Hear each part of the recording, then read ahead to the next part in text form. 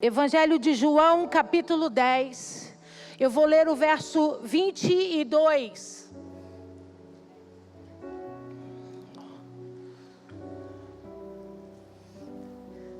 Você achou? Diga amém.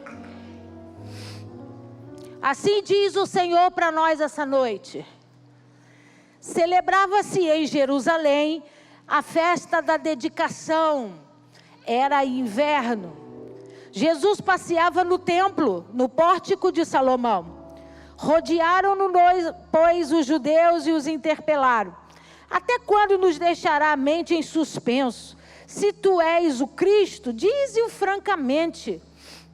Respondeu-lhe Jesus: já vou-lo disse e não credes.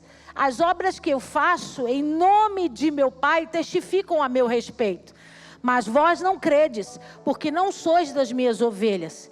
As minhas ovelhas ouvem a minha voz, e eu as conheço, e elas me seguem.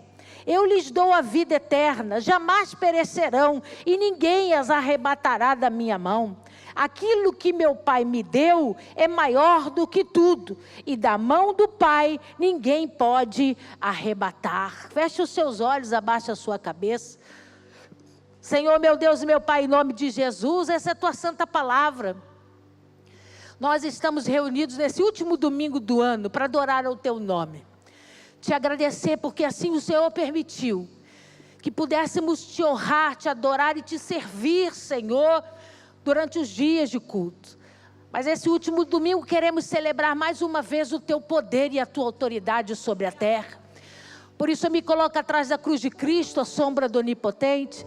Eu te peço, toma esse altar que é teu de honra e direito, ministra sobre nós para a glória do teu nome, no nome poderoso de Jesus. Amém, amém, amém. Você pode aplaudir ao Senhor, a Ele a honra, a glória e o louvor para sempre, aleluia. Glória a Deus. O capítulo 10 do Evangelho de João vai falar de um momento muito específico da vida de Jesus. E ele narra para a gente, no versículo 22, o tempo dessa história. Em que tempo essa história aconteceu? E ele começa dizendo para nós: celebrava-se em Jerusalém, acompanha comigo na sua Bíblia aí. Celebrava-se em Jerusalém, o que está escrito aí? A festa da dedicação, e era... eu estou muito metida, porque eu ganhei de Natal a Bíblia original do hebraico. E eu quero ler para você o mesmo versículo para você ver como que é diferente. Pastora, qual que é a diferença? A nossa Bíblia foi traduzida do hebraico para o grego, do grego para o inglês e do inglês para o português. Então, durante essas 4 versões de traduções, muitas coisas se perdem. Uma palavrinha a mais, a menos, faz toda a diferença no contexto. Essa que eu ganhei, que eu estou exibindo hoje, foi traduzida do hebraico direto para o português. E essa que eu quero ler para você. Capítulo 10 de Yohanan. Diga para esse irmão que está do salão. Evangelho de Yohanan. Yohanan é João em hebraico. Capítulo 10. Verso 22. Diz assim: chegou o tempo de Hanukkah em Jerusalém. Era inverno. E Yeshua estava andando na área do templo, caminhando pela coluna de Salomão. Então os moradores de Judá o cercaram e lhe disseram: por mais quanto tempo você deixará em suspense? Você é o Messias? Diga-nos publicamente. E Yeshua lhe respondeu: eu já lhes disse, mas vocês não confiam em mim. As obras que faço em nome do meu Pai testemunham a meu favor. Mas o motivo de vocês não confiarem é que não estão incluídos entre as minhas ovelhas. Minhas ovelhas ouvem a minha voz e eu as conheço. Elas me seguem e lhes dou a vida eterna. elas nunca serão destruídas, e ninguém pode arrancá-las das minhas mãos. Meu Pai que as deu para mim é maior que todos, ninguém as pode arrancar das mãos do meu Pai. Eu e o meu Pai somos um. Então o texto começa a dizer no capítulo 10, verso 22, que estava acontecendo uma festa em Jerusalém. Na nossa Bíblia chama de festa da dedicação. No original, festa de Hanukkah, ou a festa, a tradução de Hanukkah é iniciação ou inauguração. Era uma festa que passou a ser celebrada muito antes dessa época da vida de Jesus. Como que isso aconteceu, pastora? Mais ou menos no século 2 antes de Cristo, Israel foi invadida por um exército greco-sírio. Era a união de duas grandes potências da época. E elas se uniram para invadir Israel e Jerusalém. Tomaram tanto espaço físico como conta da parte política e religiosa. O líder religioso, o Antíoco IV, o rei desse sistema de governo, era um homem extremamente pagão, metido com coisas erradas. E de repente então, ele obriga toda a nação de Israel a abandonar a religião. Toda a nação de Israel passa a não poder ler as escrituras sagradas, passa a não poder praticar as festas ou as suas celebrações. Foram proibidos os meninos de passarem pela circuncisão. E o que acontece com isso? Você quebra a perna da religião. Você tira da religião a força que ela tem. É como se alguém chegasse para nós e dissesse: a partir de hoje está proibido tomar ceia. Ninguém mais pode comer do pão e ninguém mais pode beber do vinho. Vocês não podem mais celebrar o dia do Senhor, o domingo, porque para nós é no domingo, né? Por que é no domingo e não no sábado, como os judeus? O que aconteceu no domingo? Ressuscitou, ressuscitou. Ele ressuscitou no domingo, é por isso que o domingo é o nosso primeiro dia. É o dia, para de rir de mim, é o dia mais importante. É o domingo. Então, se de repente umas leis como essa viessem sobre nós como estrutura da religião, isso nos impede de nos movermos. O que adianta? Não poderíamos batizar mais, porque o batismo faz parte de uma celebração religiosa. Nós não poderíamos mais celebrar casamentos, porque o casamento faz parte de uma celebração religiosa. Então a religião fica amputada, ela fica completamente sem a força natural que ela tem. É retirada das pessoas a oportunidade de fazer alguma coisa para estar na presença do Senhor. Então os judeus foram impedidos de praticar a religião, impedidos de ir ao templo, impedidos de estar no lugar onde estavam acostumados a oferecer os seus sacrifícios, oferecer os seus louvores, compartilhar as escrituras sagradas.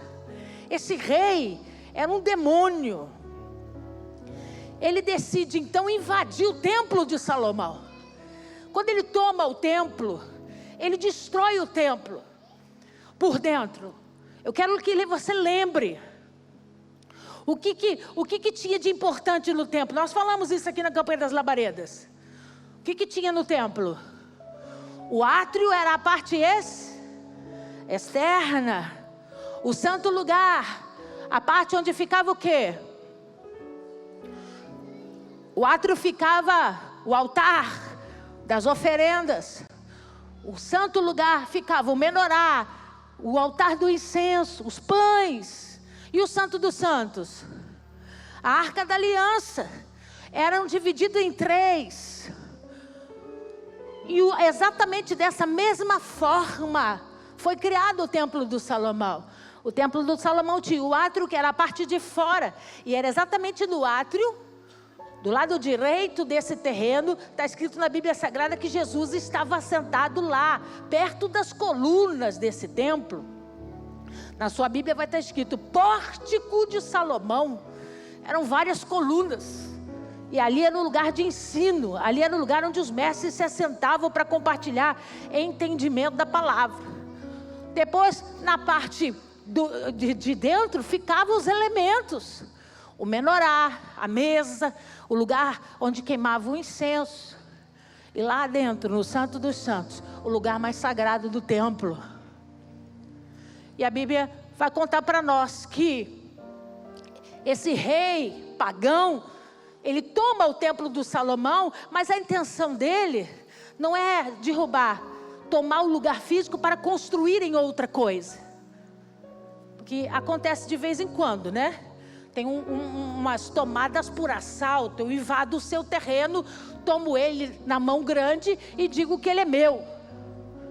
E aí o que acontece? A partir do momento que eu tomei ele de você, eu posso fazer o que eu quiser. Então eu vou usar aquele terreno para construir o que eu quiser. Eu vou usar aquele terreno para edificar o que eu quiser. Você está aí? Diga amém. Ele não fez isso. Ele não alterou a arquitetura. Eu preciso que você preste atenção. Ele não alterou a arquitetura. Ele não destruiu o templo por fora. Ele não queria construir um novo lugar. A intenção do antigo quarto desse rei pagão não era destruir o terreno que ele conquistou através do exército e edificar uma nova construção. O desejo dele era simplesmente entrar lá para profanar. O que é profanar, pastora? É estragar aquilo que foi trabalhado para ser separado, para ser santo. Você sabe as regras. Você sabe o quanto Deus tem a ciúme daquele lugar. O quanto Deus pediu as cores das cortinas, o quanto Deus escolheu a forma de acender as lamparinas, o quanto Deus pediu o cheiro dos óleos que iam ser queimados lá dentro, todo o carinho para quê? Para que fosse separado, santo, intocável, um lugar onde Deus pudesse vir, um lugar completamente declarado santo por conta da sua natureza, da sua presença. O desejo desse homem pagão não era destruir o templo e levantar um prédio novo para o Deus dele, sei lá o que ele quisesse. Não, ele queria simplesmente entrar no lugar mais santo e profaná-lo. Então, entendendo um pouquinho de nada da cultura judaica, qual foi a primeira coisa que esse rei pagão fez? Ele levou porcos para dentro do templo. E ao invés de queimar em sacrifício as pombas, o cordeiro, o trigo, a cevada, que está escrito em Levítico, que era a prática da oferta santa ao Senhor, ele mandou que se queimassem porcos no lugar onde se incinerava os animais separados, no lugar onde respingava o sangue dos animais separados para Deus. Agora tinha sangue de porco imundo, respingado no chão, respingado por toda a parte do átrio. Você está aí? Diga amém. E ele adentrando ao templo, ele remove do lugar os utensílios sagrados e ele começa a levantar altares para deuses gregos. Deuses gregos, deuses profanados, deuses que se apresentavam completamente nus. Quando você for comigo para a Grécia, eu vou te levar lá. Não tem um só prédio na Grécia antiga que tenha referência aos deuses, que o Deus não vai estar sem roupa, como se a divindade dele tivesse no sexo dele. Então ele levanta cultos a esses deuses dentro do lugar santíssimo. Ele faz oferendas ali dentro. Ele remove de lugar os utensílios sagrados e santos, pelo único prazer e motivação de profanar aquilo que Deus disse que era para ser santo. Pela única provocação de dizer: Ele não manda nada, Ele não tem poder agora. Quem está sob o domínio sou eu, e eu posso tocar naquilo que Ele disse que ninguém poderia tocar. Eu posso sujar aquilo que Ele disse que ninguém podia sujar. Isso fez o povo de Israel sofrer. Eles queriam, irmãos, eles não estavam apostatados da fé. Que uma coisa é você não querer vir à igreja porque você não quer vir, você está de saco cheio, você está de greve de Deus, você não está afim de Deus, e você não vem porque você não quer. Outra coisa é você não ver, não estar aqui para cultuar Deus porque você foi proibido. Porque alguém disse para você: se você colocar o pé no templo, eu te mato você, a sua casa e a sua família. Existe uma lei que diz que vocês não podem cultuar esse Deus. Vocês não podem ler a Torá. Vocês não podem fornecer culto das festas públicas. Vocês não podem. Então o povo começou a se entristecer. Não era porque estava afastado de Deus, é porque estava impossibilitado de adorá-lo. Estava impossibilitado de poder fazer a sua rotina religiosa.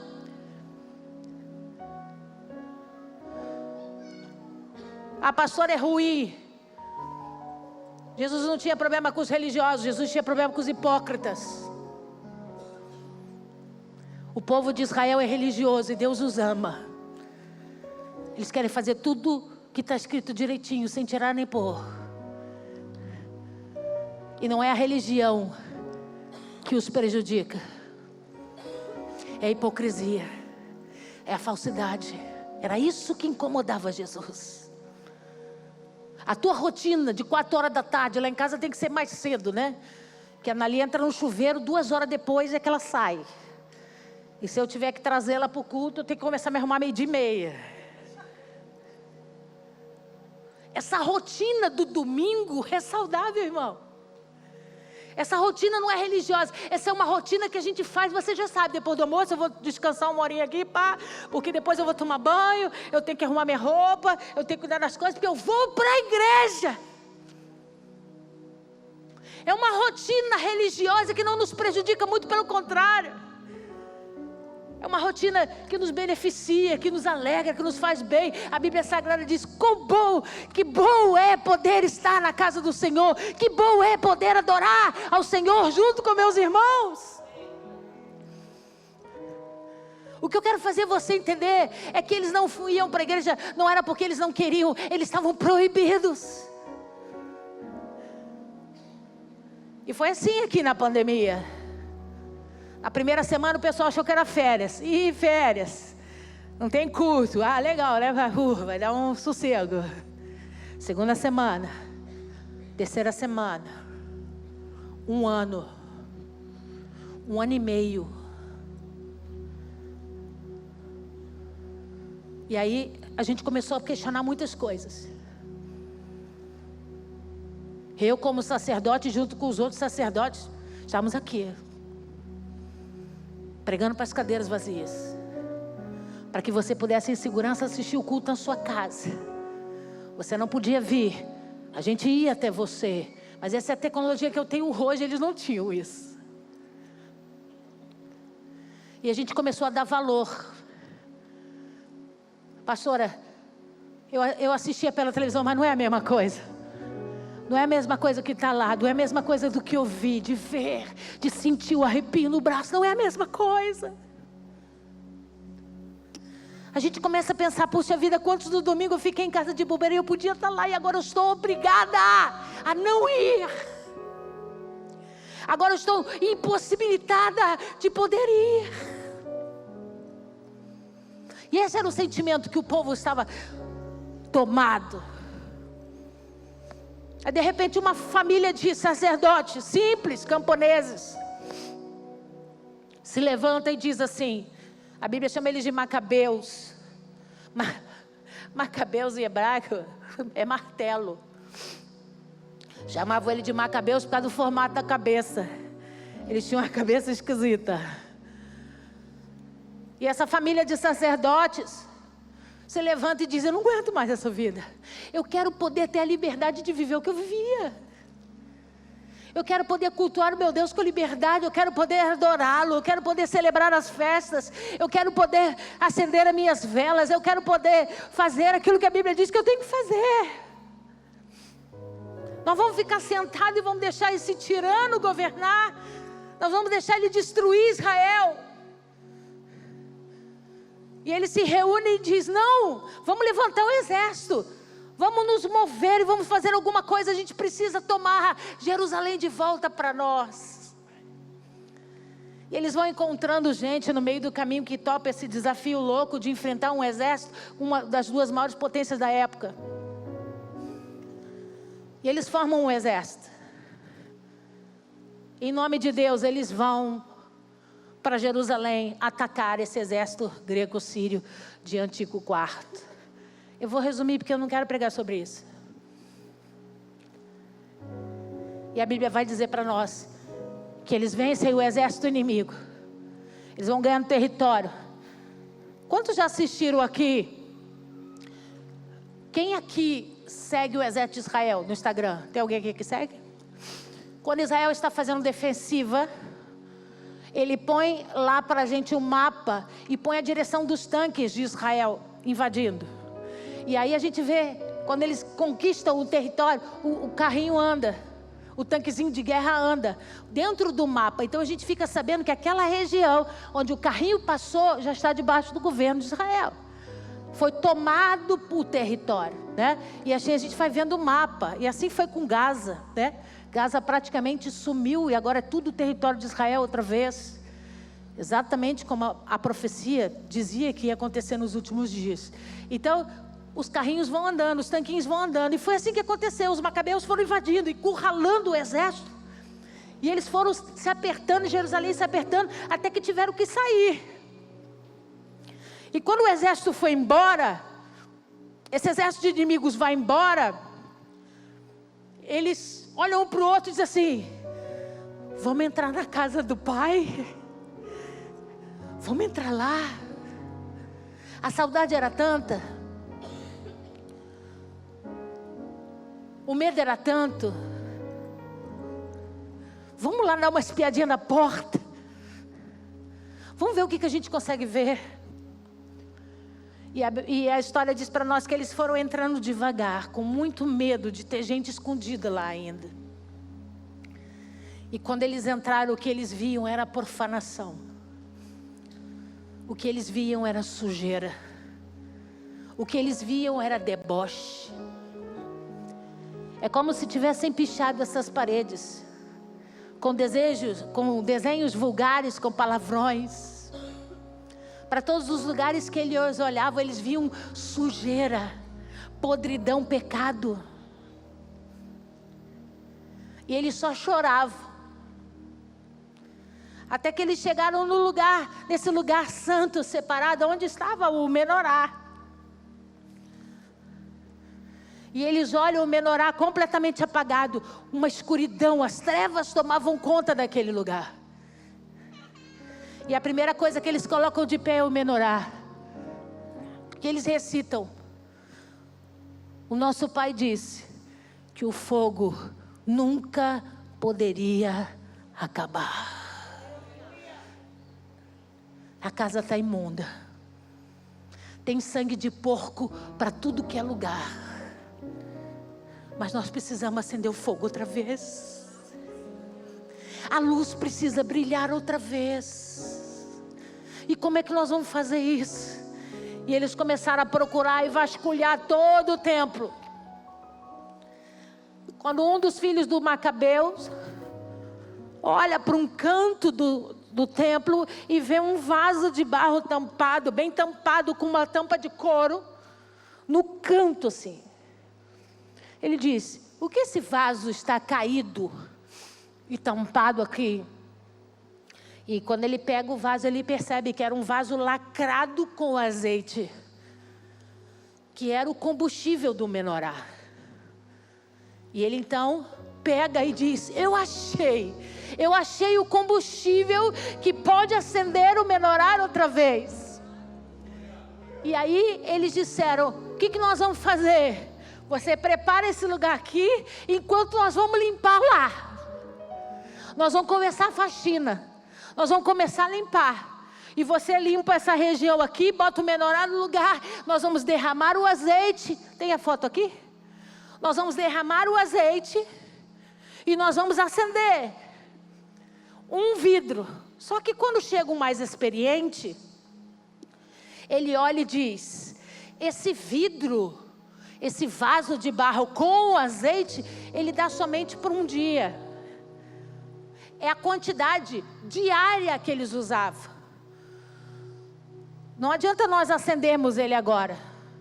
Ele vai apagar, ele vai voltar a apagar. Não tem azeite suficiente. Como que faz para resolver azeite? Como que faz para comprar azeite? Aí alguém diz assim: o azeite vem da Galileia. Da Galileia para cá, 8 a 10 dias. Até o processo de purificação e extração do azeite. Então, retira-se as azeitonas do pé, leva para o lugar, espreme as azeitonas. A primeira pressa da azeitona, o caldo gordo do azeite, era retirado para acender o menorá no templo em Jerusalém. Então, todo esse processo de santificação, de separação, demorava de 8 a 10 dias. E eles só tinham uma botija de azeite, que dariam para acender um dia apenas do menorá. E aí o líder dos macabeus disse para eles: nós vamos purificar o templo. Nós vamos limpar o templo. Tudo que está profanado nós vamos retirar. Vamos santificar ao Senhor tudo novamente. E você vai acender o menorá. Porque essa casa nunca mais vai ficar apagada. E eles olharam um para a cara do outro, eles sabiam que não dava o azeite. Mas eles acreditaram na palavra daquele homem e disseram: assim faça assim, desse jeito. E eles acenderam o menorá. E eles acenderam o menorá, deixaram o menorá aceso, enquanto eles trabalhavam no templo, purificando o templo, limpando o templo, reconstruindo o templo. E aí passou o primeiro dia. E aí veio o segundo dia. O terceiro dia, o quarto dia, o quinto dia, e o fogo não apagava. O fogo de uma botija só, o fogo de uma botija só de azeite, não apagava. Sexto dia, sétimo dia, no oitavo dia, chegou um homem lá. Eu sou enviado da Galileia. Vim trazer o azeite santificado ao Senhor. Quando o azeite entra no templo, o fogo do menorá começa a baixar. Aquele homem se aproxima do menorá, enche o menorá de azeite novamente. E o fogo não mais se apagou. Depois desse dia, foi quando eles construíram esse menorá. De 9 braços. O central é sempre a representação do Messias, o Senhor.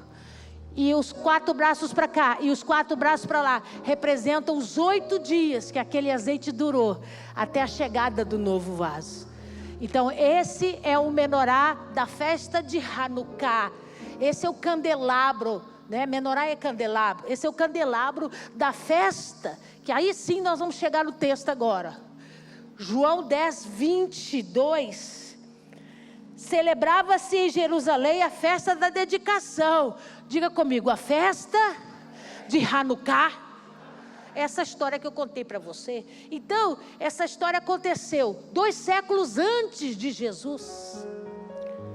O templo era o mesmo, o templo era do Salomão, e Jesus estava nele, dentro do templo. E aí a Bíblia vai dizer para nós: Jesus entra no templo no dia da festa de Hanukkah. Vira para esse irmão que está ao seu lado e diga para ele: Jesus fez o que você está fazendo hoje. Ele veio para o culto, ele veio para a igreja. E a Bíblia diz: e ele então se coloca no pórtico de Salomão. Rodearam-no, pois, os judeus e os interpelaram: até quando os deixará a mente em suspenso? se tu és o Cristo, dize-o francamente. Você viu que no original diz, se você é o Messias, não tem dúvida. Eles não estão falando de alguém poderoso em profecia. O conceito era, é ou não é o prometido de Israel? É ou não é aquele que nós estamos esperando que venha para governar Israel? Aí continua o texto, versículo 25. Respondeu-lhe Jesus, já vou-lo disse e não credes. As obras que faço em nome de meu Pai testificam a meu respeito. Ele começa a fazer um discurso para eles a respeito de fé. Jesus estava no pórtico de Salomão, no corredor de colunas dentro do templo, ensinando. Se aproximam os religiosos e eles dizem para Jesus, conta para nós logo, você é ou não é o Messias? E a resposta de Jesus para eles foi, eu já disse isso a vocês, não por palavras, mas ele deixa claro aqui, na sua Bíblia, está escrito assim, as obras que eu faço em nome de meu Pai testificam a meu respeito. Então ele diz, tudo aquilo que eu venho fazendo, que eu venho mostrando, demonstra o poder que eu tenho sobre coisas. A relação de ser comparado ao Messias era uma lista longa de 10 coisas que ele precisava cumprir. Uma pessoa não pode simplesmente chegar e dizer, eu sou o Messias de Israel. Ele precisa ter dom de cura. E ele não pode curar apenas enfermidades comuns, ele precisa curar leprosos. Ele precisa ressuscitar mortos. Ele precisa ter poder sobre o mundo físico, terrestre. Jesus deu ordem aos ventos. Jesus acalmou o mar. Ele precisa ter poder sobre coisas, substâncias físicas, sólidas da terra. Ele transformou água em vinho. Uma lista muito grande de coisas que ele precisava cumprir para provar que ele era o Messias. Então ele está dizendo, eu não vou dizer isso publicamente, porque o que eu faço, o que eu tenho feito, já diz para vocês quem eu sou. No original diz assim,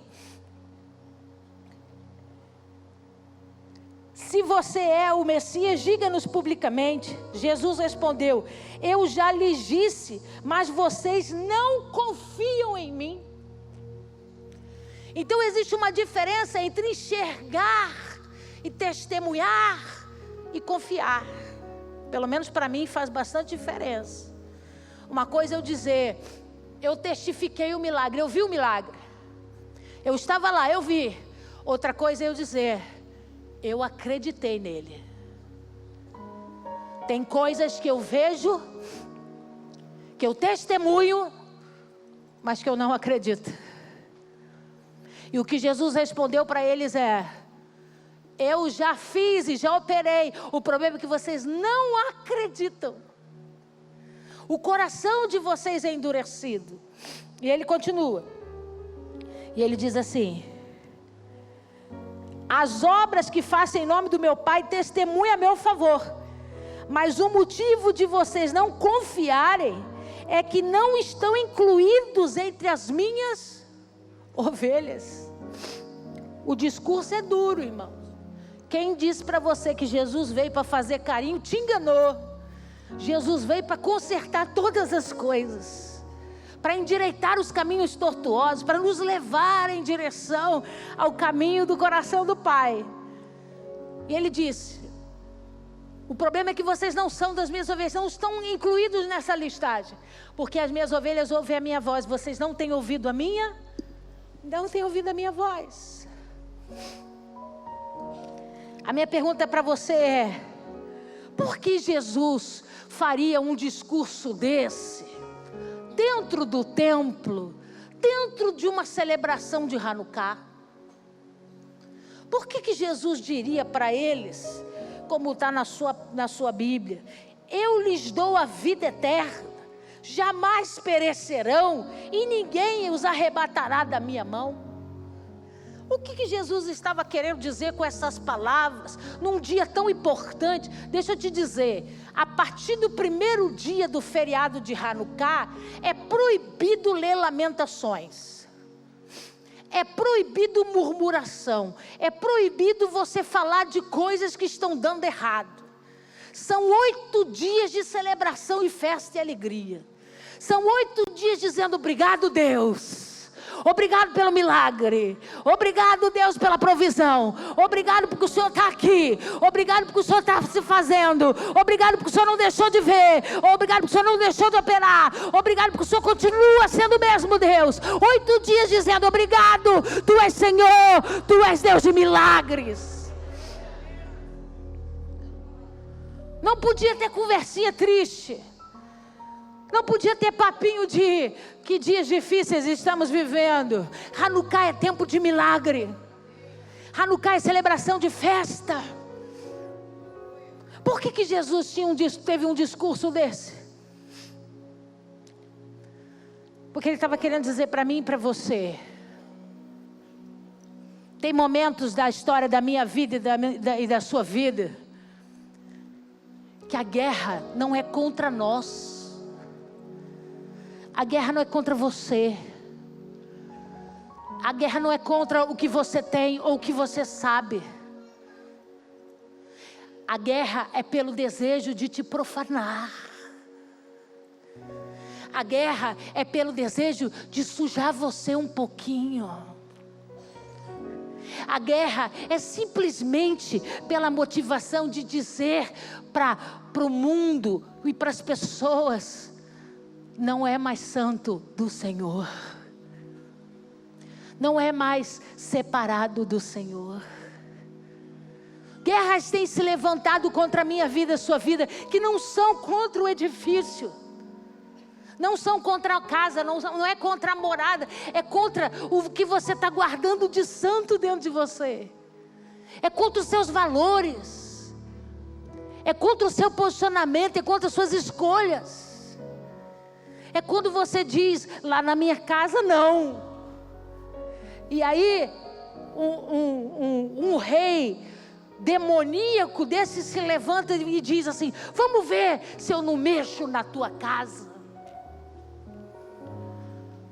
Não é pela aparência, não é pelo... Hoje as pessoas têm um problema de achar, hoje existe um nível de síndrome de perseguição. Tudo que acontece na terra é contra você, contra a sua vida, contra a sua casa, contra o seu trabalho. As pessoas têm inveja de você, as pessoas querem te destruir. Você é alvo de olhares maldosos. Deixa eu contar uma história. Não é sobre você, é sobre o que Deus está construindo em você. Não é sobre o que você tem. Não é sobre o que você veste. Não é sobre o que você come, não é sobre onde você mora. É o que tem de santo aqui dentro. A guerra quer abalar aqui fora, porque ela está tentando invadir aqui dentro. Ela quer profanar o que você já decidiu que ninguém toca. As minhas ovelhas ouvem a minha voz. Por que você mudou tanto? Porque eu me entreguei ao Senhor. Por que você agora não faz mais o que você fazia antes? Porque eu decidi servir ao Senhor. Por que agora você não anda mais com aquele grupinho do mal? Porque agora eu decidi me separar para o Senhor. Não é isso aqui, é isso aqui. O ódio é contra isso aqui. É contra a tua decisão de separação. É contra a tua decisão de dizer: meus filhos não se metem com isso. Meus filhos não se envolvem com isso. Na minha casa não entra isso. Na minha casa não entra aquilo. Mas por que parece que agora só você é santo? Não é sobre o que você construiu, é sobre o que você está carregando, intocável aqui dentro. O mundo se envolve contra isso. Não se engane. As pessoas não queriam destruir Jerusalém porque achavam Jerusalém linda e perfeita.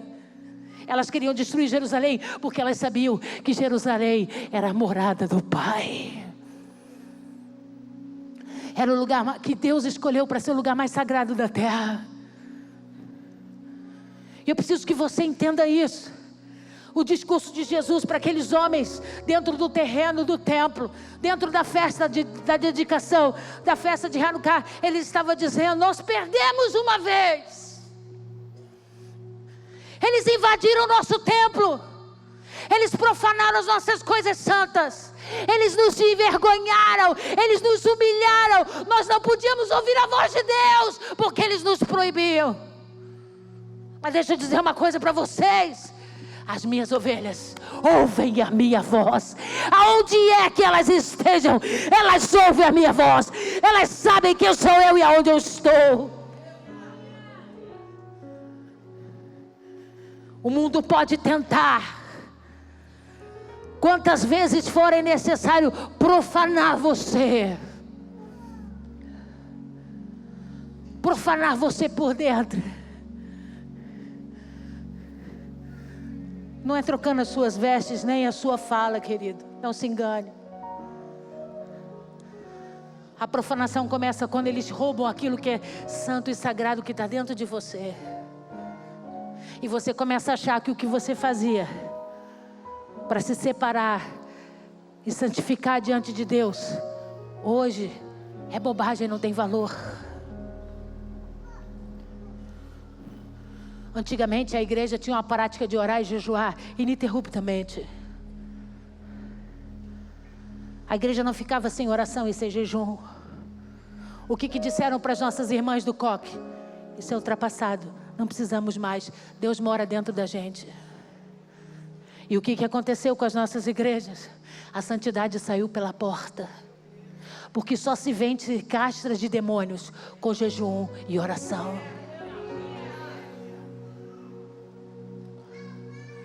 Tudo que Deus estabeleceu como santo e sagrado foi saindo pelas portas. Porque a guerra não é contra o prédio. A guerra é contra o que eu carrego e quanto você carrega. O quanto de Deus eu tenho, o quanto da santidade, da pureza de Deus eu tenho. Quando estava aqui na cantata, eu planejei a cantata, porque eu sou uma pessoa tensa. Eu planejo as coisas com mínimos detalhes. E não gosto que nada saia do meu roteiro. E depois que a pastora Márcia ministrou o santo para sempre, eu caí. E não vi mais nada. E perdi o final da cantata. A pastora Débora subiu para ministrar a bênção no meu lugar. Porque eu fui impactada por uma nuvem de constrangimento. E eu ouvi a voz do Senhor, o choro de Deus dizendo: eu quero ir, mas eu não posso.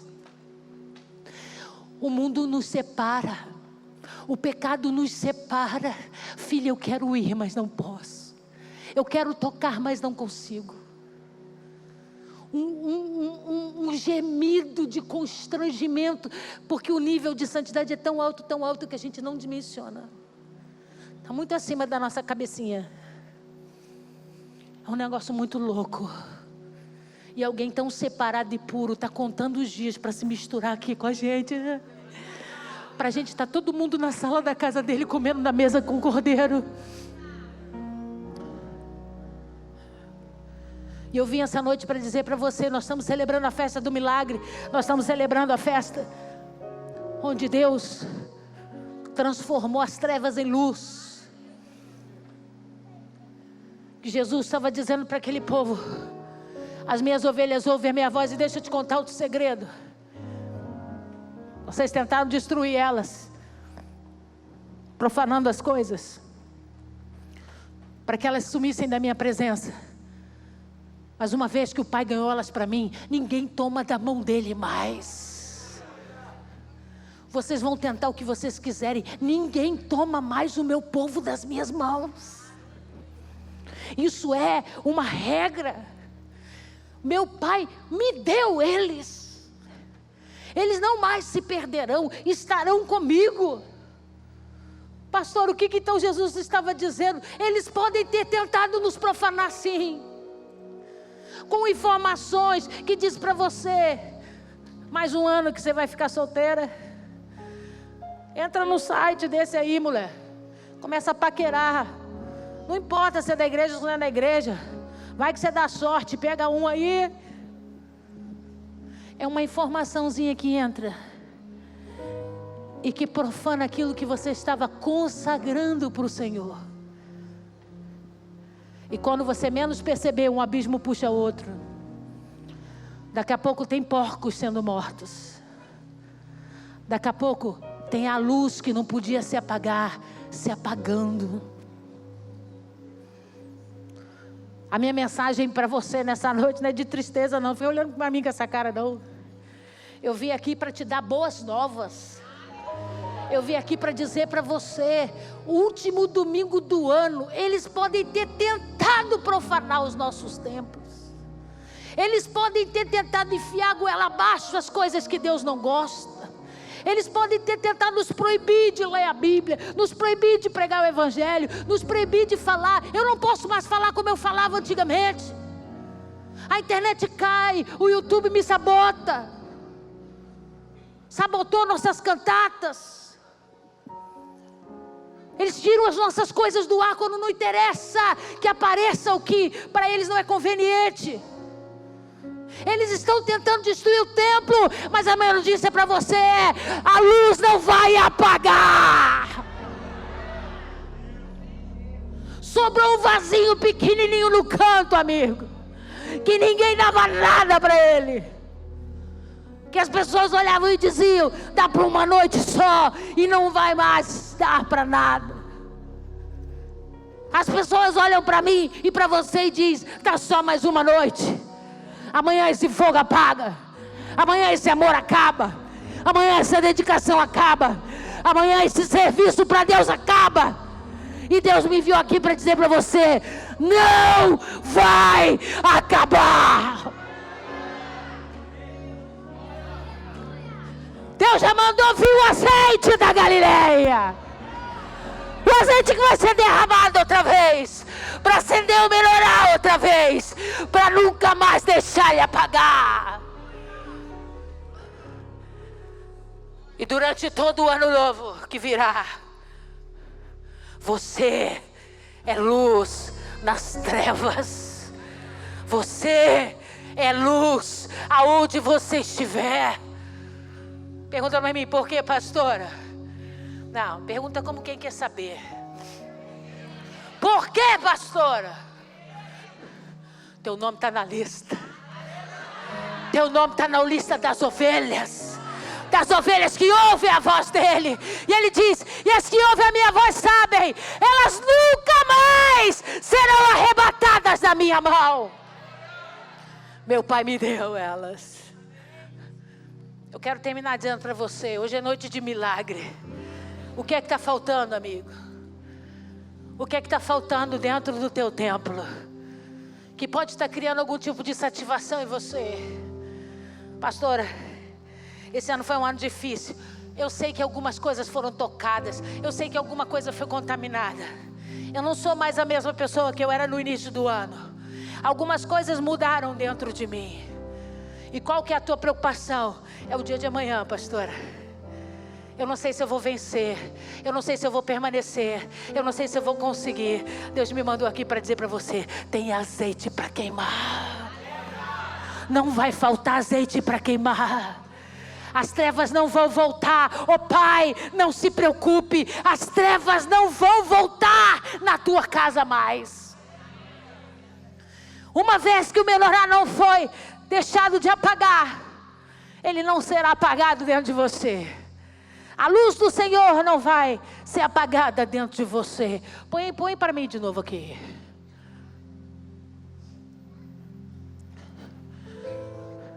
Esses dadinhos não tem nada com a Bíblia não, tá? Essa é só uma informação porque a sua bispa é cultura. Esses dadinhos que parecem um peão chama dreidel. Foi um brinquedo elaborado pelos judeus para que eles pudessem celebrar a festa de Hanukkah na Segunda Guerra. Cada lado desse dado tem uma letra que compõe a frase: hoje Deus fez milagre.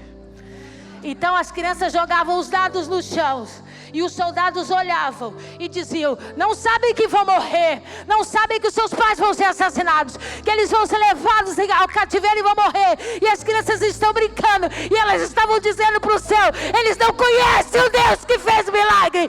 Em Hanukkah a luz voltou a brilhar, a luz vai voltar a brilhar outra vez. Ele jogava os dados e dizia: hoje Deus vai fazer milagre. Eles já tinham dado os judeus como mortos. O extermínio total da nação. E Deus foi lá. E levou o azeite da Galileia outra vez. E o que era um grande vale de ossos secos, hoje é o exército mais sábio do mundo. Eles não têm o número de soldados que a China tem, mas ninguém invade Israel, ninguém invade Jerusalém, ninguém toca na menina dos olhos de Deus. Enquanto o mundo ri de nós, vamos jogar dreidel. Vamos jogar os nossos dadinhos, nossos peões, e vamos dizer para o mundo: enquanto vocês estão rindo, nós estamos acreditando no milagre. Nós estamos acreditando na mão de Deus. Nós estamos acreditando naquilo que Deus vai fazer sobre nossas vidas, nossas casas, nossa cidade, nosso país. Eu não abro mão de que a lamparina volte a brilhar nesse país. Eles chutaram o vazio de óleo para o canto, achando que ninguém ia achar. E eu estou dizendo: existe um povo nessa nação que achou o vidro de óleo, e que não vai deixar esse menorá apagar, não. Esse país não vai ser entregue às trevas. Tem luz para brilhar aqui.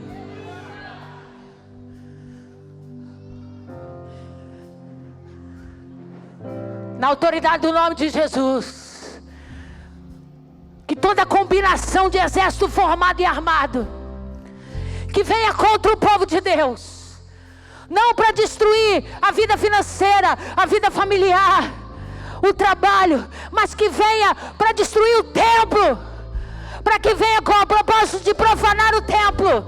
Estou dando ordem ao exército do céu: comece a guerrear contra eles. Porque ninguém vai invadir a nossa Jerusalém. A luz